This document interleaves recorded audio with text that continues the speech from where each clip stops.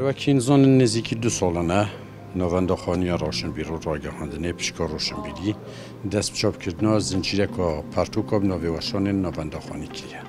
Hatta ku vêgovê hejmareka baş pertûkoş hemî rengên babetê edebî, hunerî, mêjûyî, dîrokî, siyasî hatîne çapkirin. Ji mara pertûkê hatîne çapkirin heta ku vêgovê geştê çilû ber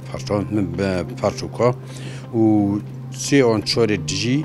چونه چاپه یعنی آن پانه خود حتی کوچن تهیام که گله که کم دیشما را چاپ کرید مش 50 بورید نه ادبجم نزدیکی 2 سالانه یعنی و بعد نزدیکی 2 سالانه به مدت وی پروژه کردی اف 42 پرتوکاتی نچاپ کردن بس اشترشیم بجم من نشونه سال 3 دا یعنی وان 2 سال دا کمترش 2 سال دا ما 42 پرتوکات چاپ کردیم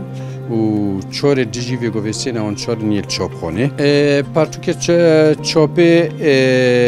ایک یا بیروریانه ایک پرتوکه که سرربر گشتیاری پارێزگاه دو که برادرکی ممنوع زهرامیدی چه کریه راسی بیت خوبه و واسطان یه همی جهت شینواری و گشتیاری پارێزگاه دور که داینن یاسین و هرچیم بجمفر برادی بیتا درگهک بو خلکی که بیانی و بو خلکی که خویجی و شارزا بیتن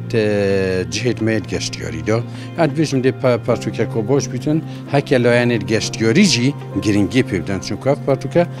پتر بیتوی بو مثلا لاین گشتیاری و کرده بریا گشتیاری و جهت خوصا چاپ کرد با لیمه چاپ کرد یا گرینگ او گرینگی پیودن و پتر بشین بالا فاب کرد پرتوکه همین نویسه را تینه چاپ کردن هکه پرتوک آستی بیتوی بیتن که بیتر چاپ کردن یا هاتیه چاپ کردن حتی که ویگو به پرتوکه بیرواریا دیروکی جواکی پرتوکت ادبی هندکت شعری همین رنگ پرتوکو ما چاپ کردین و دی بردوام بین چی سر چاپ کنه مرجمه سرکیت چاپ کردن کتاب دار رزامندی دانه بو چاپ کردن پرتوکه او کتاب بیت جه مفای بخونده